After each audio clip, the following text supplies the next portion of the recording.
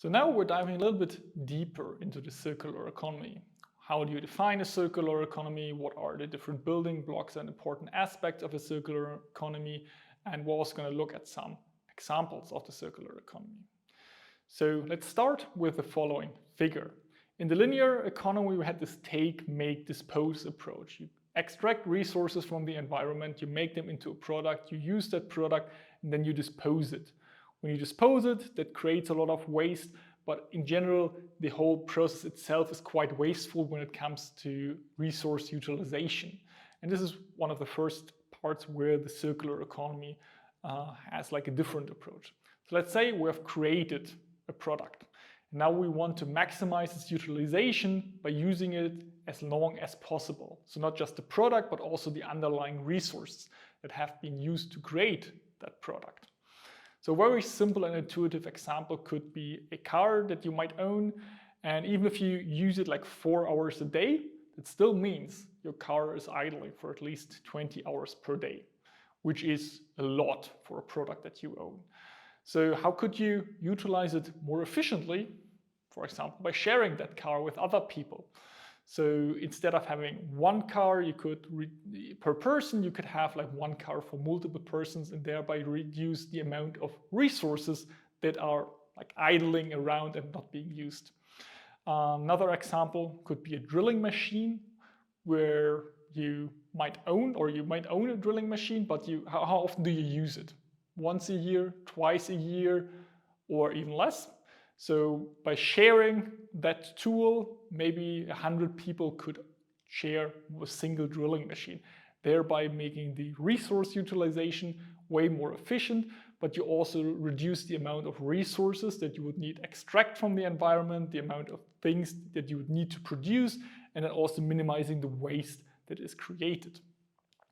And once you're done using a product, when you don't use it anymore, but it's not the end of use of that product, you could, for example, go to a reuse scenario when we close the cycle now. So that could simply mean that you're selling it to someone else, so that person could continue using that product while it's still good. It could also mean that the product is used in a different context.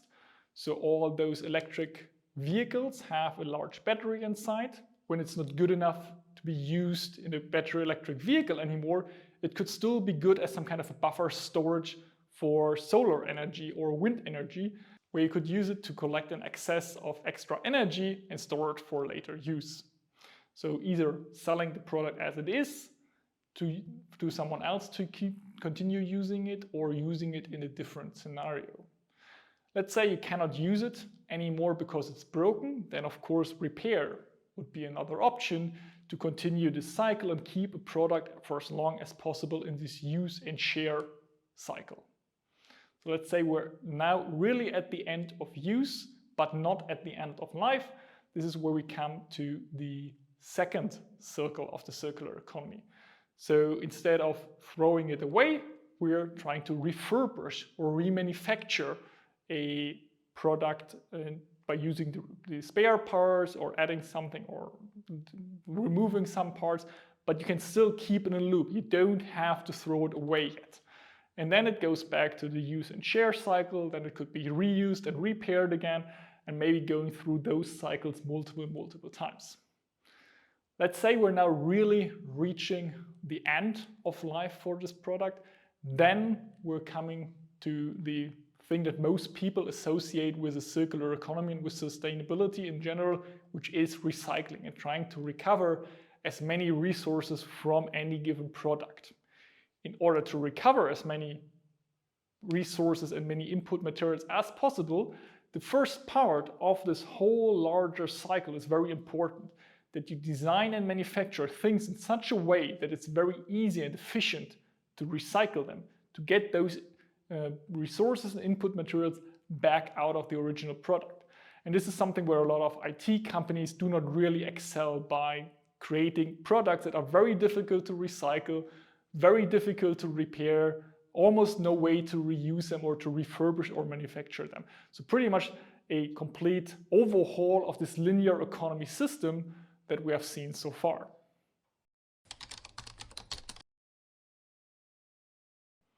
So that figure should have given you like a good intuition of what the circular economy is all about, what are the important aspects of a circular economy.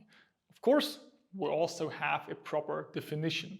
The problem is there's not just one definition. There's one paper from 2017 that listed at least 114 definitions, and by now there are probably even more definitions available. So we will go through a few definitions that we deem to be good and important and that highlight different aspects of the circular economy. There are more definitions that might be better or alternative definitions. It's about getting you an idea what the circular economy is. And the Ellen MacArthur Foundation, that is very much involved in spreading the idea of the circular economy and implementing a circular economy, defines it as follows. A circular economy is an industrial system that is restorative or regenerative by intention and design. It replaces the end-of-life concept with restoration, shifts towards the use of renewable energy, eliminates the use of toxic chemicals which impair reuse, and aims for the elimination of waste through the superior design of materials, products, systems, and within this, business models. So in this definition, there is a focus on a few core aspects that are often associated with sustainability. For example, a system that is restorative and regenerative by intention and design. So you don't build something for one-time use or where you just destroy something that is not usable anymore. Instead, you focus on this restorative and regenerative aspects.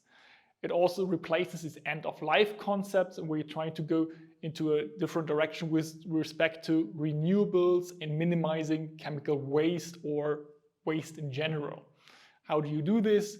By designing products and systems in such a way that you don't have those negative side effects anymore.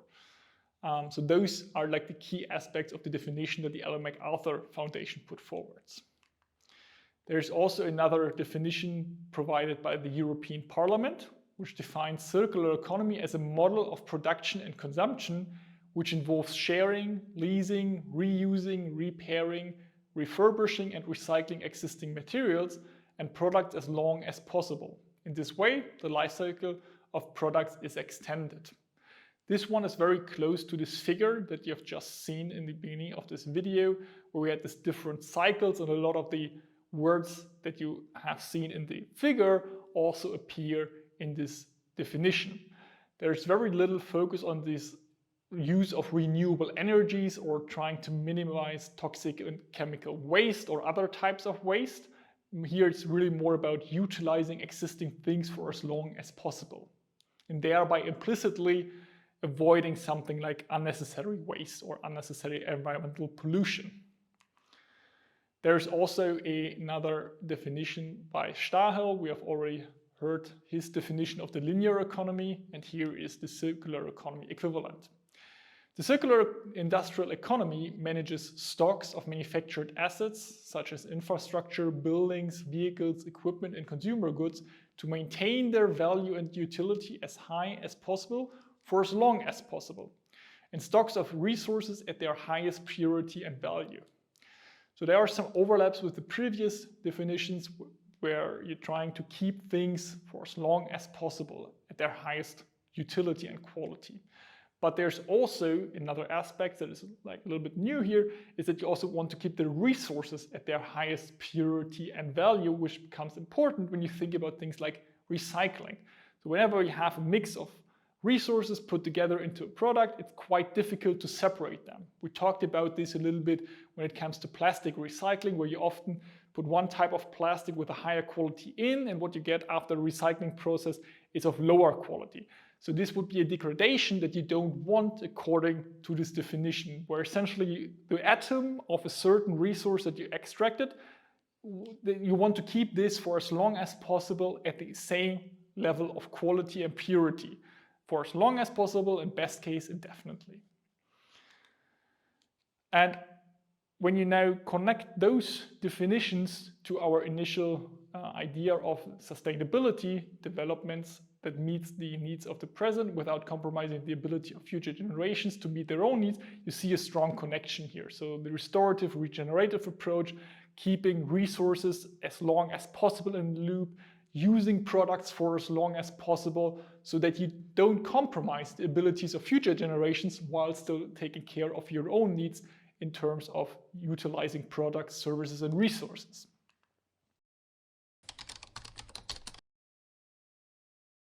Next, we're going to focus on two special aspects of the circular economy, the so-called era of R and the era of D. The era of R is concerned with keeping goods and components at their highest value for as long as possible. So the era of R is concerned with reuse, repair, remarketing, remanufacturing, re-refining, or reprogramming goods, and thereby trying to keep them in the cycle for as long as possible. And only after the era of R cannot help you to keep a product for as long as possible in that cycle, you might go to the so-called era of D, where you're not concerned with keeping a thing or a product for as long as possible in a cycle, but you're trying to recover atoms and molecules at their highest quality to keep them later in subsequent uses in this cycle for as long as possible. So era of R, keeping the products utilization high and using them for as long as possible. And the era of D then starts when the era of R fails or reaches its end, where you then try to get the atoms back. So that could mean depolymerize or de-alloy, delaminate, devulcanize, decode materials, or deconstructing things. So two very different parts, but both very important for the circular economy in terms of handling the products and services within, as well as the so-called waste of the previous linear economy. And talking about waste, we also handle that a little bit different in the circular economy. Often in the linear economy, you just take something, throw it away, and in worst case, just bury it in a landfill or on the ground, or you dump it into a fjord or to the Atlantic Ocean, and then you're out of sight, out of mind. When we're doing this in the circular economy, we're way more careful with how we collect waste. Best case in the way that is non-destructive, so that you can maybe repair something or reuse them.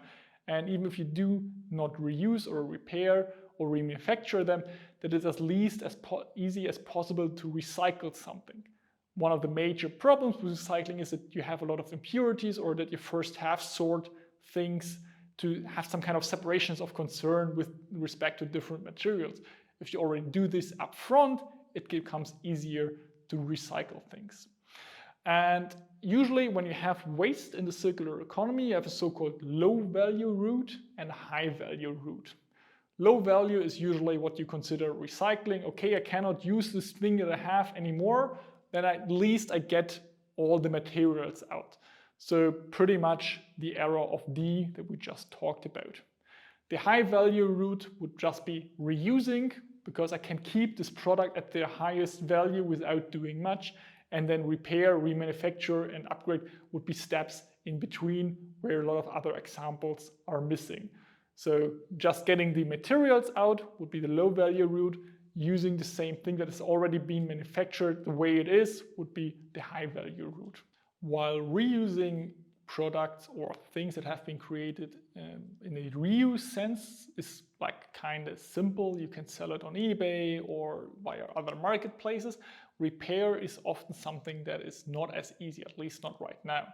Let's say you have a broken smartphone, and repairing it is often quite expensive, especially if you compare the repair price to the price of a new smartphone. So from a financial perspective, it often doesn't really make sense to repair a smartphone, at least right now, because you pay almost as much as you would need to pay for a new one. Obviously, from an ecological perspective, this is not the case, because someone has to first extract all the resources for the new smartphone, then make it into a smartphone, which creates a lot of waste and negative aspects on itself. And then you still have to dispose of the old smartphone, which is yet another set of problems, as we've already discussed. So repairing it or reusing a smartphone or a thing that already exists seems to be more sustainable, but also from a financial perspective, more expensive.